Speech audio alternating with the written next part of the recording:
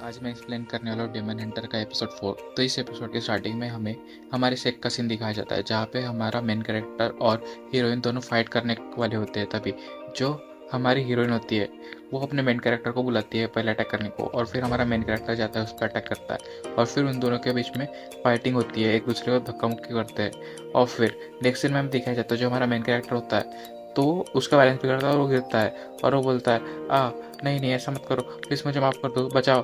और तभी जो वहाँ का एल्डर होता है तो वो बोलता है गुड जॉब बाजी, तुम बहुत सही हो। तभी हमें दिखाया जाता है हमारे मेन कैरेक्टर का सीन। वो बोलता है कि तुम बहुत ही ज़्यादा ख़राब हो, तुम बहुत खतरनाक हो, और वो दिखाया जाता है कि उसकी बैटरी पूरी 0% हो गई होती है।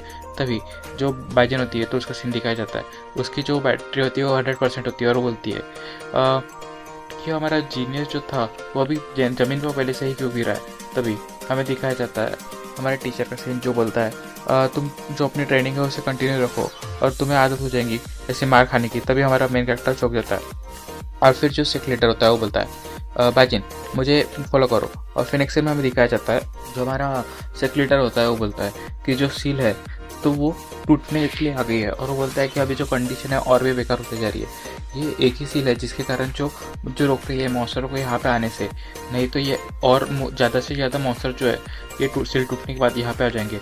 तो फिर मास्टर बोलता है अभी तुम वापस जाओ और कोई ऐसा रास्ता तलाश करो जिससे कि ये जो ऑपरेशन है हम उसे लंबे समय तक रोक सके। तभी जो हमारी बाइजिन होती है वो बोलती है मास्टर मैं जो हूँ तो इस सील को गार्ड करूँगी। तभी उसका जो मास्टर होता है वो बोलता है वो नहीं, और वो बोलता है कि मास्टर यिन यान ने प्रेडिक्ट किया था कि इससे भी बड़ी एक क्राइसिस आने वाली है, और वो उस क्राइसिस में तुम्हारा होना जरूरी है, और तुमने इस फालतू से चीज़ पे अपनी जो ताकत है वो फालतू में बर्बाद नहीं करनी चाहिए। तभी बाइजिन जो होती है बोलती है समझ गई, और मैं अभी जाती हूँ कोंगाई सिटी के लिए, थैंक यू मास्टर। और फिर नेक्स्ट टाइम हमें दिखाया जाता है कोंगाई सिटी का सीन, जहाँ पे हमें एक घर दिखाया जाता है, और फिर वहाँ पे एक शैडो आती है और डार्क शैडो होती है और वो घोस्ट होती है। और फिर नेक्स्ट सीन में दिखाया जाता है कि वो एक लेडी होती है। और फिर नेक्स्ट सीन में हमें एक घर का सीन दिखाया जाता है जहाँ पे एक छोटे से बच्ची खेल रही होती है, और तभी वो टेबल के ऊपर कुछ ढूंढने जाती है, और तभी उसकी जो मम्मी होती है तो उसे उठा लेती है और बोलती है चेन तुम अभी जो है तो वो केक नहीं खा सकती, तुम्हें तब तक रुकना पड़ेगा जब तक तुम तुम्हारी विश ना मांग लो। तभी उसकी मम्मी बोलती है हैप्पी बर्थडे, और बोलती है कि तुम अपनी विश मांगो। और तभी हमें दिखाया जाता है कि उसके घर की लाइट चली जाती है और वो दोनों डर जाते हैं। तभी जो उसकी मम्मी होती है वो बोलती है कि तुम टेंशन मत लो, तुम डरो मत और यहीं पे रुको। तभी जो उसकी बेटी होती है वो बोलती है ठीक है। और फिर नेक्स्ट में हमें दिखाया जाता है तो वो जो लड़की होती है तो स्विच बोर्ड के पास जाती है और बोलती है कि कितना अजीब है और ये ऐसा ऑफ क्यों है। तभी वो टर्न ऑन करती है तो हमें दिखाया जाता है कि लाइट आ जाती है, और फिर वो बोलती है कि हमारी जो चेन है तो अभी 2 साल की हो गई है, और वो बोलती है कि मैं विश करती हूँ कि तुम्हारे जो पापा है तो तुम्हें इस तरीके से ग्रो होते हुए दिखे। और फिर नेक्स्ट टाइम में दिखाया जाता है वो बोलती है गुड नाइट। और फिर नेक्स्ट टाइम में दिखाया जाता है कि वो बच्ची सोई हुई होती है। तभी जो घोस्ट होती है तो खिड़की के द्वारा अंदर आती है और वो बच्चे के ऊपर अपनी नज़र डालती है, और फिर हमें दिखाया जाता है नेक्स्ट सीन में कि उसमें से बच्ची हट जाती है।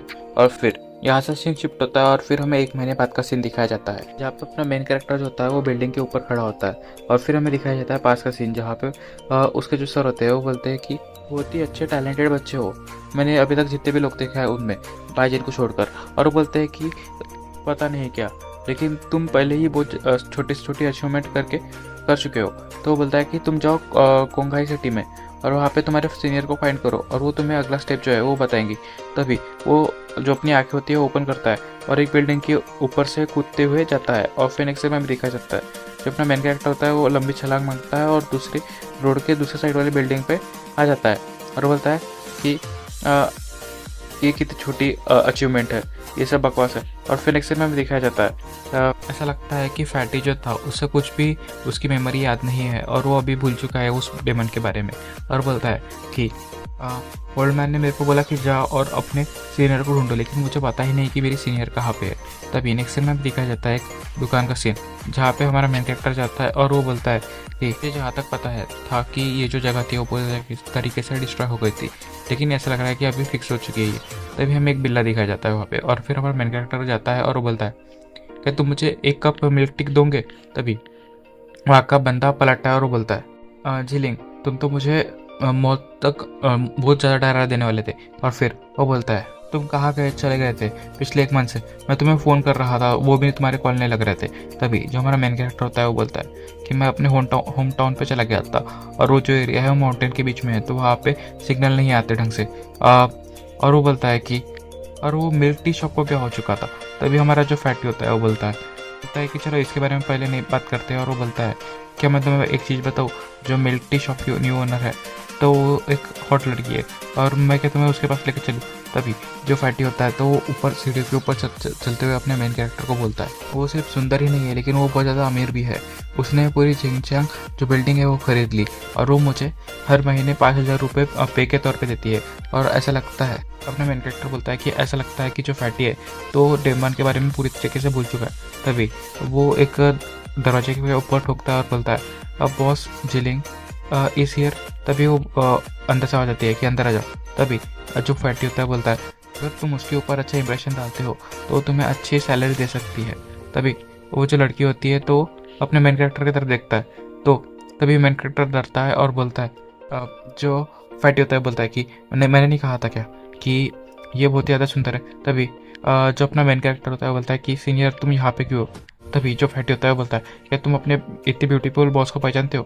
तभी जो सीनियर होती है वो बोलती है अभी तुम्हारे लिए कुछ नहीं है फैटी, तो तुम क्या पहले यहाँ से जा सकते हो। और बोलते हैं कि मुझे यहाँ पे कुछ डिस्कस करना है जियांग जिलिंग के साथ। तभी हमें नेक्स्ट सीन में दिखाया जाता है जो जियांग जिलिंग होता है तो वो चेयर पे बैठ जाता है और वो बोलता है तुम लोगों को ऐसा लगा कि यहाँ पे बहुत सारे और भी डेमन हो सकते हैं कोंगखाई सिटी में, तो तुम जो जान ये क्लैन है तो उसने ये जगह खरीद ली और इसे अपने हेडक्वार्टर के तौर पे बना दिया जहाँ पे डेमन को कैप्चर कर सकते हैं, राइट।